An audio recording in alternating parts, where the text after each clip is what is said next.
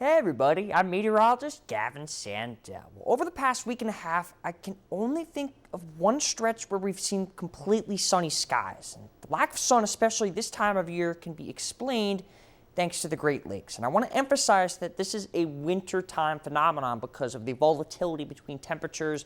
The lakes get very warm, the air gets very cold. So when you have those warm lakes and that cold air moving down, you have the interaction between the two. And when you have cold air and warm air, that warm air condenses and rises and forms into a cloud. So you end up having around the Great Lakes a lot of clouds from that unstable air. But you also have to think about the clouds, where they move and how they move based on the wind. And in the winter, that usually happens from winds coming from the northwest. Obviously, this can change, but the typical prevailing wind across much of our area is northwest. So when you have these clouds moving through, a lot of locations around this stretch right around here get very, very cloudy during the winter, especially Youngstown. And I'll mention how cloudy we get in just a moment. But again, this is a wintertime thing. We don't see lots of clouds during the summertime months. So June, July, and August were all very sunny. And when we got to September and October of this year, especially early October, it was pretty nice. Only 14% of the time it was cloudy during September and October of this year, 24%. But it got very cloudy very quickly, over double the amount of time in November. 53% of the time was cloudy, and we typically peak in December and January. About 2/3 of the time we're considered to be under overcast skies.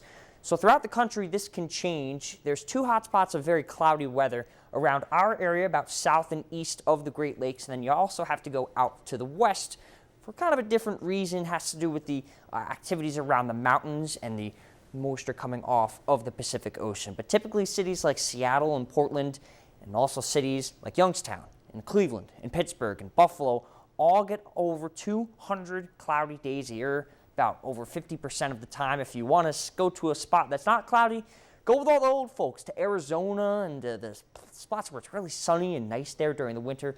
They get almost 90 days per year, which is less than a third of the time. So yeah, just southeast of the lakes, Cleveland, Pittsburgh, Buffalo, even Syracuse. Those are all pretty cloudy cities, Rochester as well.